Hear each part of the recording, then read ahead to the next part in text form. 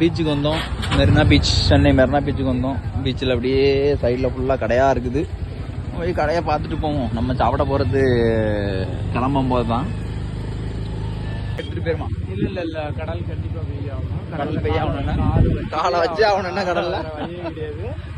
நம்ம வந்திருக்கதே குறிக்கோளோட தான் வந்திருக்கோம். என்ன குறிக்கோள்? அந்த குல்பி ஐஸ், அந்த ஐஸ் ஆமாங்க, குல்பி ஐஸ் சாப்பிடணுங்களா? ஆமா, அதையும் பாத்துருவோம். அந்த குல்பி ஐஸ் எடுத்து என்ன நிக்கான்னு இவன் இல்ல இது மாங்காய் வைக்கிறேன்.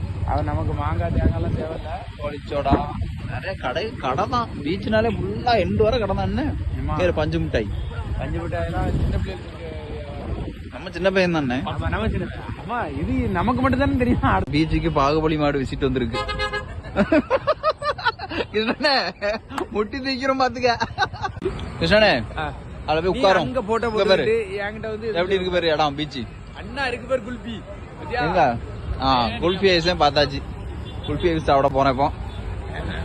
மெரினா பீச்சில் ஃபேமஸான குல்பி விற்கிறவர் இவர் தான். நம்ம தான் குல்ஃபி வாங்க போறோம். இருக்கு பாரு, மரியா நாகராஜ் குல்ஃபி. இவர் தான் ஃபேமஸான குல்ஃபி. குல்ஃபி சாப்பிடும். இந்த குல்ஃபி பத்தியா இதுதான் ஃபேமஸ் குல்ஃபி மெரினா பீச்சில். 40 ரூபாய் அந்த குல்ஃபி. பாரு என்ன இருக்கு பாரு. இந்த பக்கம் பாரு, பாலாடை, முந்திரி பருப்பு, பாதம், திராட்சைப்பழம், சாக்லேட்டு, அப்புறம் என்னதெல்லாமோ கிடக்குது. நல்லா இருக்கு, டேஸ்டா இருக்கு. 40 ரூபாய்க்கு ஒருத்து. சூப்பரா இருக்கு.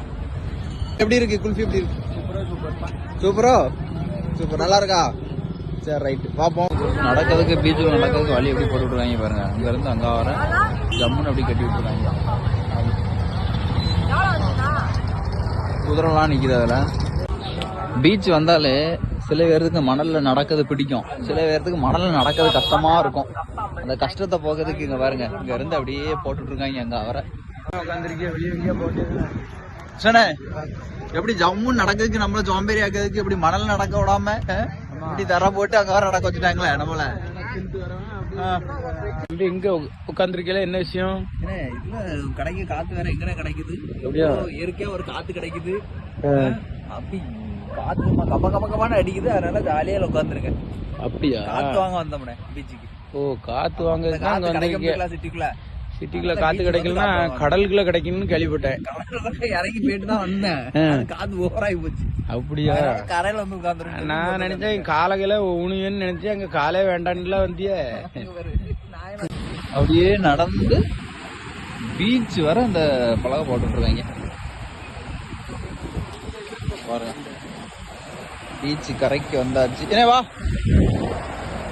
கடற்கரைய பார்த்துக்கிட்டோம் ஒரு வழியா. கடல் அலைய பாருங்க, நைட்டு சும்மா அப்படியே கொந்தளிக்குது.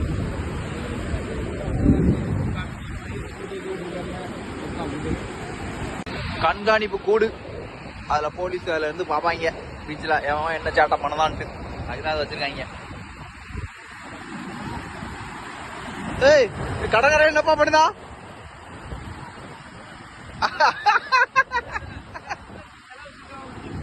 அது சரி.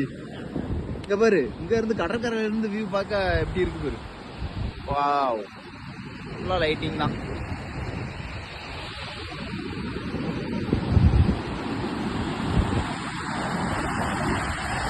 கடல்ல நைட்டு மீன் பிடிக்கிறாங்க பாருங்க. வீசோல வீசி பாருங்க, வலை போட்டு மீன் பிடிக்கிறாங்க நைட்டு.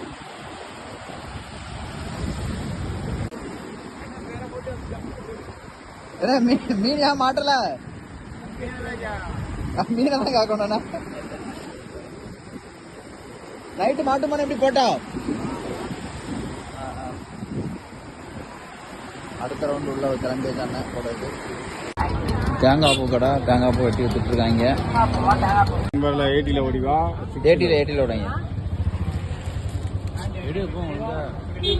உடைக்கிட்டோம்.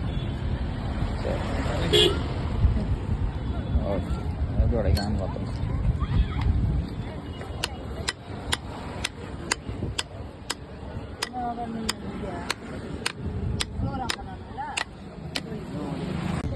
அதான் தேங்காய் பூ வெட்டி உடஞ்சி வந்துடுச்சு. உனக்கு வேண்டாம்ல கிருஷ்ணனே தேங்காய் பூ? சாப்பிட்டு பாருங்க. சத்துனே, இது உடம்புக்கு நல்லதுனே. சக்கரை இல்லாம சாப்பிடலாம்.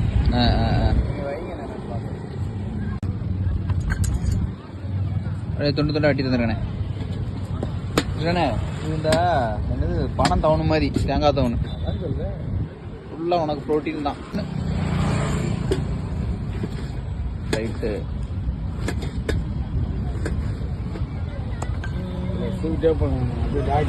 அதான் அப்படியே கொடுத்துரும்.